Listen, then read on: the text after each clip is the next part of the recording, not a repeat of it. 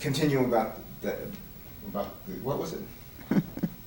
Getting married. Getting married. What happened? Well, she asked me if they should get married, and I said, well, if you feel like you want to get married, go ahead. I think it'd be all right, you know. You didn't have any objections to it? No, none. How about Melvin? But he didn't know nothing about it. How about Melvin, since he was carrying around the knife? And he found out about it. Well, he didn't have much to say about it. She was already married. Yeah. And What story can you tell us about Mom that we find interesting? was she growing up? Yeah, growing up or high school or any other time. My daughter Betty had a real good friend named Frances, and they were together pretty much the time. What did they do? And her mother and I were good friends too. What did the two of them do? What Francis and Huh? what Francis and Mom do all the time? Oh, they tap danced, and Yeah, danced and sang and Put on shows. in their garage. Now, how young were you when you had your first child? 12, 13. And the second one, do you remember how old you were? About 20. No. No, I couldn't have been there. 15. 15. And my mother helped me with the kids a lot because I had nobody else to help me. Now, tell us who. Wait a minute, here I got to rephrase this. Tell us who. Explain who. I want you to say Bobby Jr. is. Explain who he is. Oh, Bob Jr., well, it was a war marriage, and they separated and divorced, and he had just one child, and when they divorced, well, she awarded me the custody of the child, paternal grandmother. It wasn't Bobby Jr., that was Bob Sr. Yeah, Bob Sr., my son.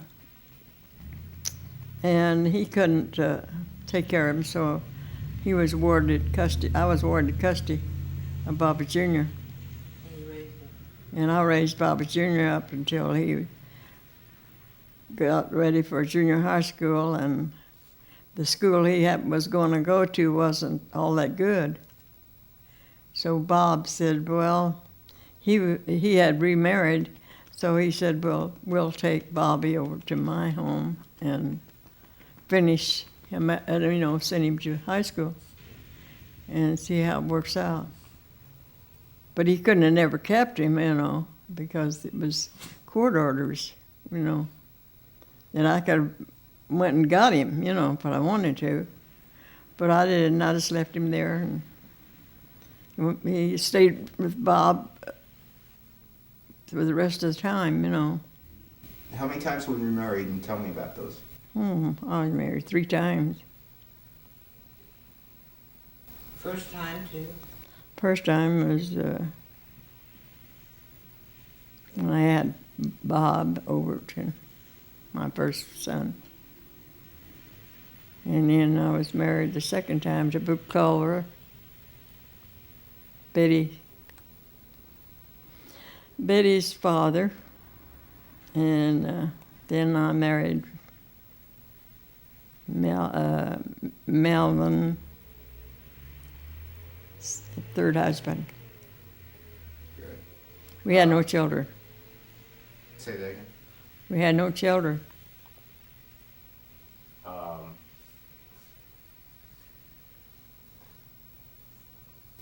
You guys kept buying a lot of houses and always selling, always moving. Why was that? Well, we rented for years. And years, until we came to California. And when he went to work for Kaiser Steel, And I worked too, so we had enough money to buy our first home, and that was in Pico Rivera. And then from Pico Rivera, we bought a home in La Habra. And from La Habra, we went to Fontana and had a home built. Then, when he passed away, well, I moved to Hemet. But your roots were in Oklahoma, right? Yeah, mm-hmm. And you were born where? Born in Muskogee, Oklahoma. No, Full-blooded? Tahlequah. Are you full-blooded Indian? No, not I think I'm a half. And Your mother is on the roll. and so I moved out here. We moved out here in 1942 during the war.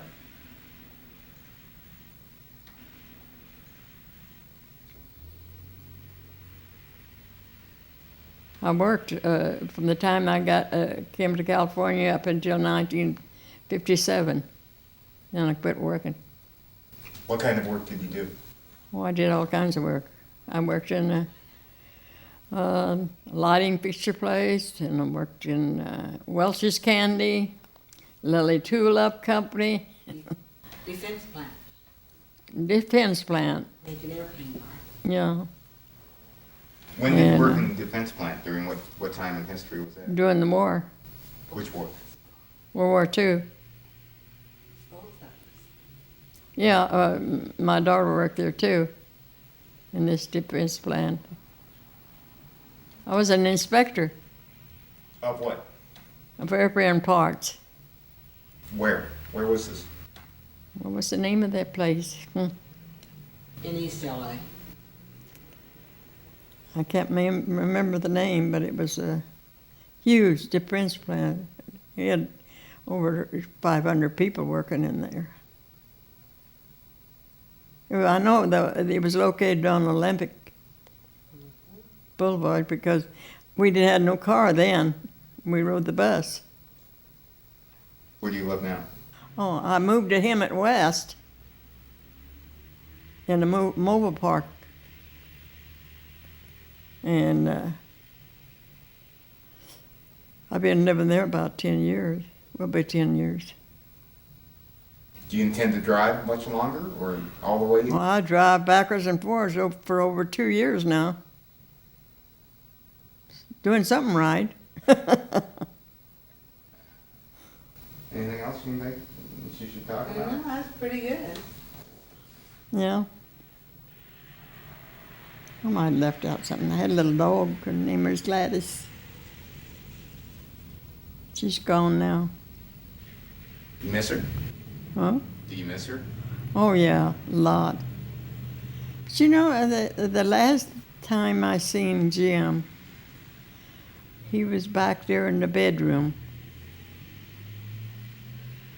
And I told Betty, I said, well, I'm going to go back there and talk to Jim. And she was in the kitchen. And I went back there, and there was a chair. You put a chair there so I could sit down.